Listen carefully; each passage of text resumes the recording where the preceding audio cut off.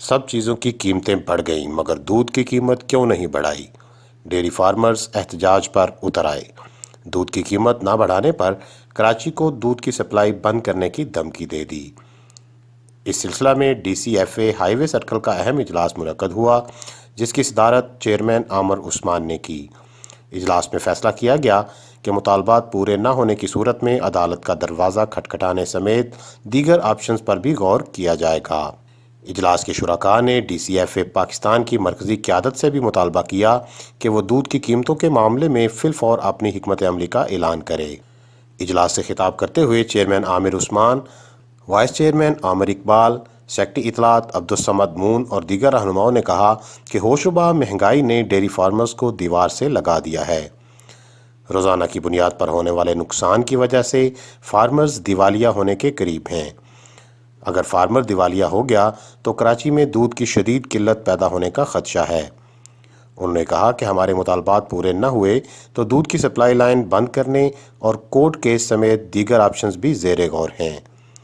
محمد سعید خان، تکبیر نیوز، کراچی۔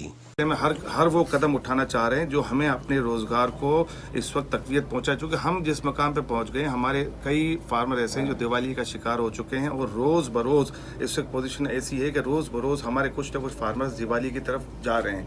اگر یہی حال رہی اور یہ صورتحال رہا تو ایک وقت یہ آئے گا کہ کراچی میں دودھ کی سپلائی آدھی رہ جائے گی اور ہمارے فارمرز ایک ایک کر کے وہ ڈیفالٹر ہوتے چلے جائیں گے۔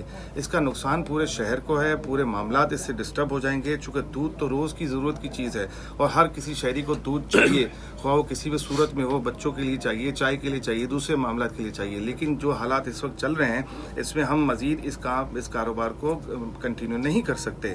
لہٰذا اگر آپ چاہتے ہیں، اس سلسلے میں شاکر بھائی سے ریکویسٹ کر رہا ہوں، حارث مٹھانی صاحب سے ریکویسٹ کر رہا ہوں کہ اگر آپ چاہتے ہیں کہ ہم اس سلسلے میں قائم رہیں، اپنا کاروبار چلاتے رہیں اور کسی طرح سے ہم بریک ایون پہ بھی چلے جائیں، تو برائے مہربانی یا تو ہم کمشنر کے تھرو ریٹ کو تعین کریں۔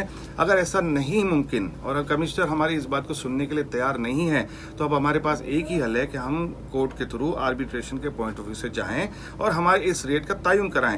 اس سلسلے میں ہم نے اپنی کاسٹنگ پوری تیار رکھی ہوئی ہے، ہمارے پاس ساری چیزوں کے ڈیٹا موجود ہیں۔ جس ریٹ پہ ہم سے دودھ مانگا جا رہا ہے اس ریٹ پہ تو ہمیں گھر پہ بھی نہیں پڑ رہا۔ جب ایک چیز گھر پہ نہیں پڑ رہی تو ہم کیسے دکاندار کو دیں، دکاندار کیسے آگے بیچے؟ لہٰذا آج ہمیں یہ چیز تعین کرنی ہے اور ہمیں اتنا پریشر ہے اپنے فارمرز کی طرف سے، اور اب ہم ان کو کوئی مزید جواب نہیں دے سکتے۔